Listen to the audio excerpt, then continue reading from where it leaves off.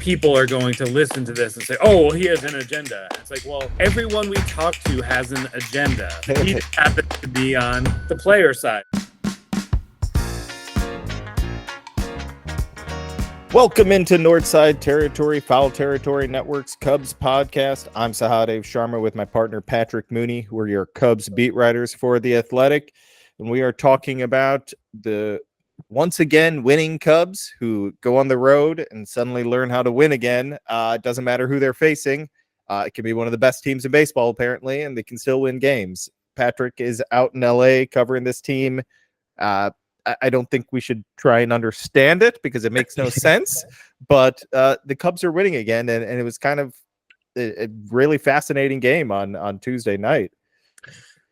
Yeah, and the Cubs just had to get out of Wrigley Field, right? I mean, I think Dodger Stadium is a great stage, like just a kind of spectacular atmosphere, and you had Shota Imanaga and Yamamoto going against each other, and Shota did a wonderful job of just kind of hanging in there, giving up 3 solo home runs in 7 innings, and really just showing how he's carried this team on his back. And Pete Crow Armstrong, who grew up not that far from here, just making some spectacular catches in center field, including a leaping one at the wall to take a 2-run home run away. Very Mike Tauchman-esque in that regard.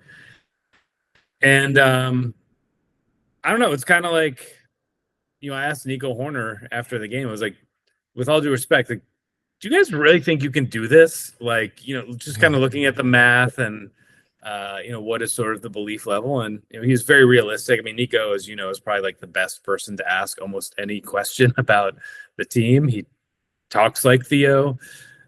He kind of thinks that way. But he actually plays, so he has just tremendous insights, and he kind of rattled through of what's out of their control and what's in their control, and I think they've played really pretty crisp brand of baseball here in LA for the first 2 games. Yeah, I mean it's been I've for some reason stayed up to watch most of the games, and. I mean, last night especially was exciting. Pete Crow Armstrong making all those catches. Some of them were just like the one where there seemed to be miscommunication between him and Bellinger was almost like, I don't even know what to think about that one, but it was fun to watch. And the one to end the game, obviously, like you said, Tauchman-esque. It seemed like he had to like almost go through traffic of the fans' hands and hats and things like that. Pretty fascinating to watch. He's, and I agree with your point earlier in the season that this team had gotten boring. He's changed that for sure. His presence changes that. His presence alone. Well, I will say Shota's really fun to watch because he's animated on the mound, and that makes him entertaining as well. He's a good character on the field as well. But PCA has this something about him. The speed, the flair on defense, how he is a terror on the base paths. It just makes it fun to watch him. Anything can happen when he's on the field, and the Cubs need someone like that to make the game more entertaining. Patrick, before we get to this weird offense, I just want to, since you're out there, Porter Hodge, that was a weird incident on TV. I just want to make sure, what was the explanation after the game? What was going on, and is there any concern there? Manager Craig Counsell said from the dugout they noticed he was kind of just moving fast, and he shared that his heart was sort of racing a bit, and it was kind of a weird tack on at the end of the game. Counsell did not appear to be all that concerned. Hodge was walking through the clubhouse afterwards. I believe Counsell had said they'd kind of checked this out as well in the past. He'd imagine there'd be further evaluation as well, but certainly something that we'll have on our radar when we go back to Dodger Stadium here for me in a couple hours. Okay. All right. Yeah, that was odd. And certainly when you have someone like holding their chest type thing on the Yeah, mound. yeah. It gets worrisome, but it did, like, the fact that they let him finish the game and then Counsell didn't seem overly concerned after the game. It should be encouraging at the very least.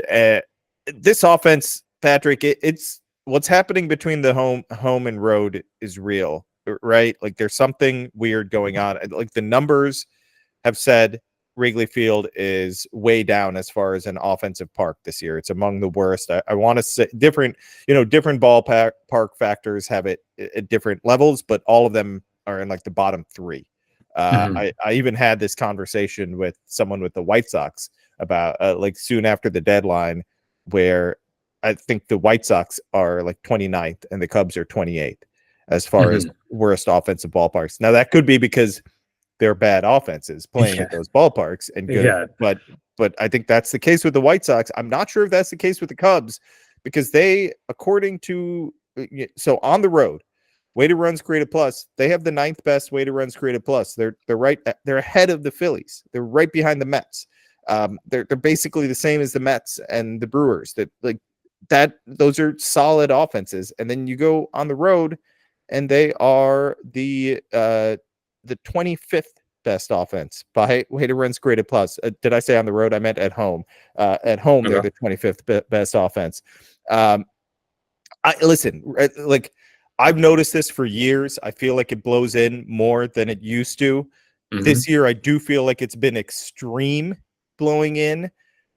My counter to that is it doesn't always make sense to me, because this isn't a home run hitting team.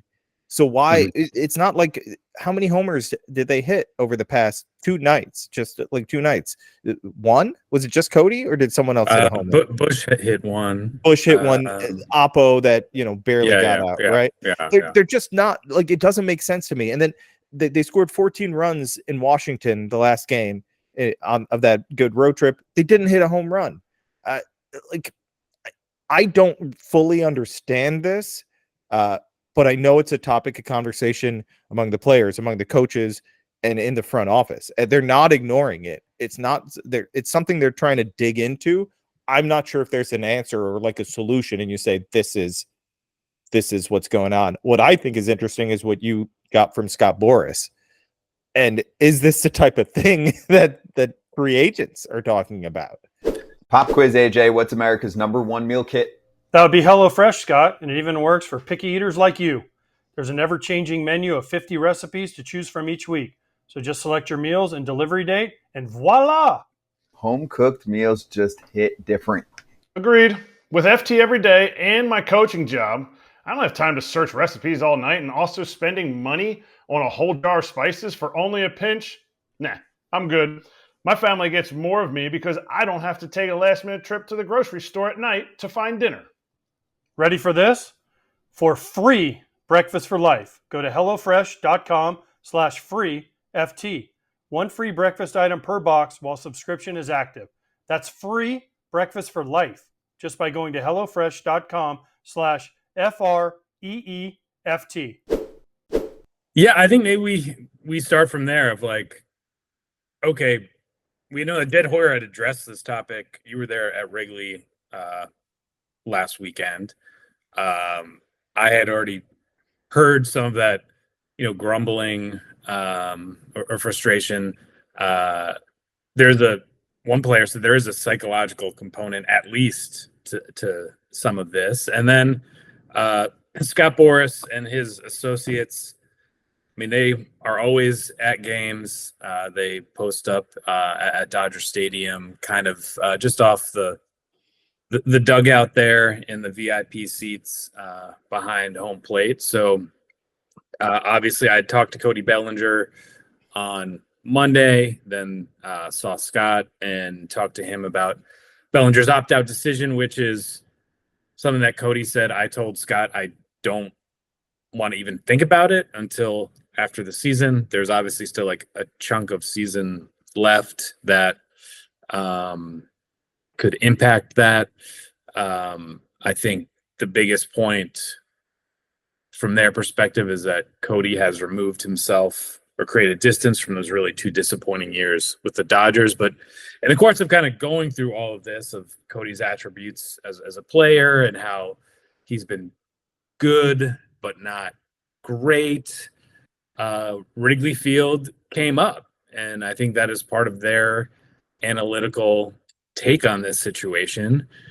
And obviously Cody comes up because he's Scott's client and he's the one who, could come back for 30 million next year or test free agency again. And it's just, Scott called it unexplainable of how differently it's played. It doesn't mean it's going to be the same way next year.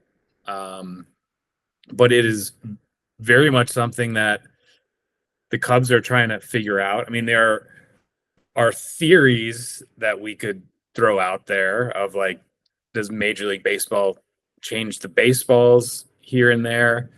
I've never really gotten a great answer on how like the video boards have changed the way the wind comes off, because you've been noticing this for a while, and there's roughly a decade now of the video board era. There should be a little more information on that. Yeah. And then just climate change. I don't know exactly how this fits into it, but it's been there are moments that in the clubhouse where they're like that ball Patrick Wisdom hit summer of like, oh, this is going, to Waveland and it's caught in left field. And so like, I don't think the Cubs are going to become like Seattle or San Francisco as sort of like this graveyard for hitters, but I don't know. Scott represents some superstar hitters who are about to come free agents. I don't know if you ever heard of like Juan Soto, not to mention Pete Alonso, and those are all separate conversations, but it's just like an idea that sort of I think we'll be kicking around for a while. And just, one more thing on Scott.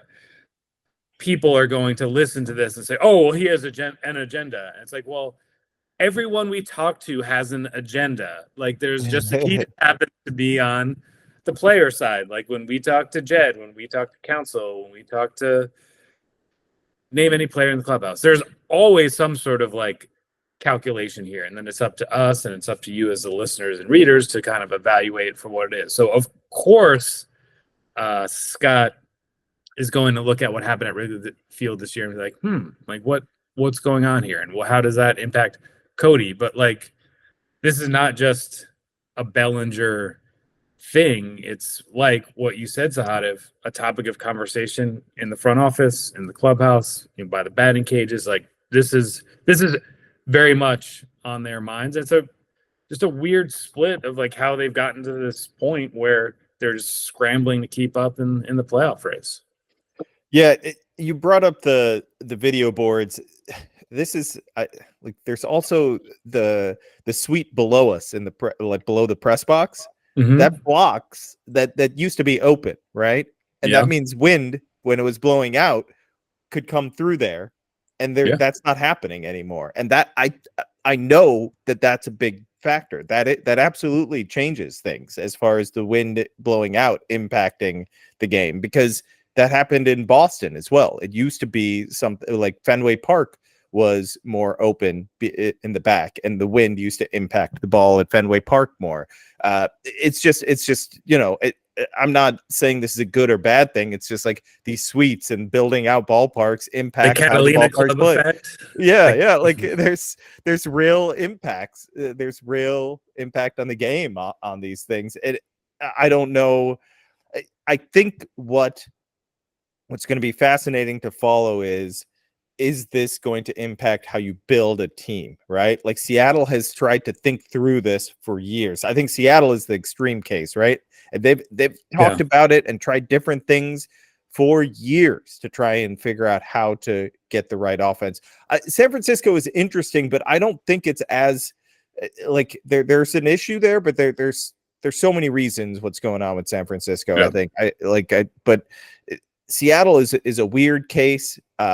I don't think Wrigley's going to get there just because we're not at that point yet. If we get another couple of years of this, we're going to have to start talking about it more. But it's just so odd to see happen. I also think I right now, my baseball senses, my tendency is to say this is randomness. There's a bit of randomness happening. There have been days where I've noticed where I've gone, like, I haven't been on the road and I've been home and I'm like, this would be a good day to play Wrigley for the offense. Yeah, for sure. And they're on the road, you know, Sure. and like, so I think there's a little bit of randomness here.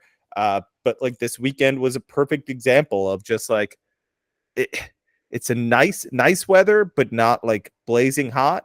And it was blowing in hard, and they had no chance. I think it was almost a good thing for the Cubs in a sense, because they would have lost those games by blowouts, the first two games, because Stanton and Judge at least hit balls that would have been a mile out. So, and I don't remember the Cubs having very many of those moments over the weekend. I think it's worth exploring. I think it's a real situation. I just don't know what the answer is. And I don't think the front office has an answer right now outside of this is worth digging into. You know, this is worth talking about. This isn't something we're going to dismiss. Ultimately, does it change how they act in the offseason, how they try and build a lineup?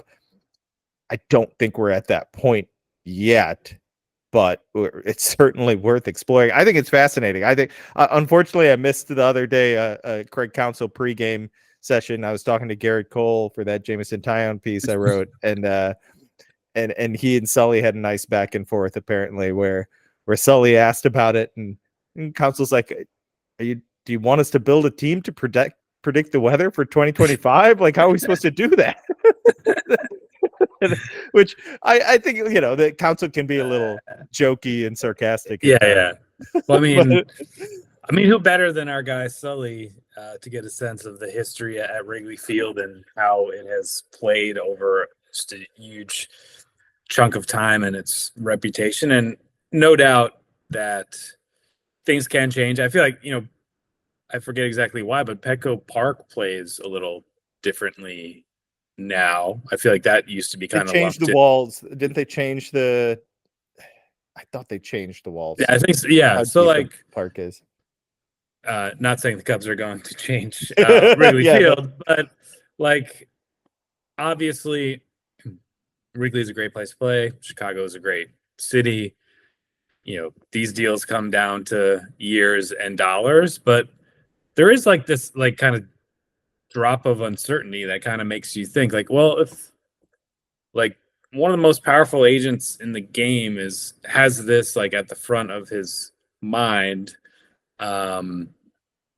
it does make you wonder of like if you had someone like Soto who is on a Hall of Fame trajectory, or, you know, someone like Bryce Harper previously, you know, who could think about like, you know, Cooperstown numbers and where he can get those, not easily, but like have a clear path toward it. I think that was part of his hesitation with San Francisco. I mean, there was a lot that went into that, in him choosing the Phillies, but that had been part of like the public narrative of like, oh, you go to San Francisco, like, are you going to be able to put up those monster offensive seasons over and over and over again? But yeah, I think talking to Scott, always you hear interesting stuff, and that doesn't mean you just quote everything verbatim or, you know, pretend that this is some sort of definitive story we put up, but this is like, you know, daily beat reporting, right? I mean, you just kind of hear a couple things and someone says something that's surprising and interesting, and then you kind of put some context around it, and like there's always another story tomorrow and the day after that. And I really do look forward to digging into it. You know, I was joking that, you know, we're gonna have to do some research on this one and, you know, unveil our grand conspiracy theory. You know, we'll have set up like a room with the It's Always Sunny in Philadelphia with all of our theories laid out against the wall, but for sure, just a interesting topic that really kind of came together all at once. Yeah, I brought this up to council in Texas at opening day. That's right. Yeah. And he kind of joked with me about it, like you should dig into that, like kind of like making fun of the idea, half making fun of, like I said, council gets a little sarcastic. I did not expect it to become this big of a topic. I just thought my point was Wrigley's not like this. It always blows out like hitter's paradise. Like it's a very odd ballpark, and it's gotten odder over the past decade. So council has said that for the past couple months. He brings it up out of nowhere. He'll bring it up. It's a real thing. It's so weird that it's impacted the team this drastically this season, but hey, things happen. And when I say things happen, I don't think the thing that's going to happen is the Cubs staying hot here and making a playoff run. I will say it's interesting that they've kept it, kept the topic up for this long. I don't know how it's happened, because after that homestand, I was sure would be writing the obituary of this team by now, and it just hasn't happened. We'll see what else happens while you're on the road, Patrick. They have who do they have going Wednesday night? They have Wicks. Okay, Wicks versus someone who's struggling, Bobby Miller. Yeah. So maybe the offense stays hot. Wicks has looked pretty solid. It's a solid winnable game for sure. Yeah.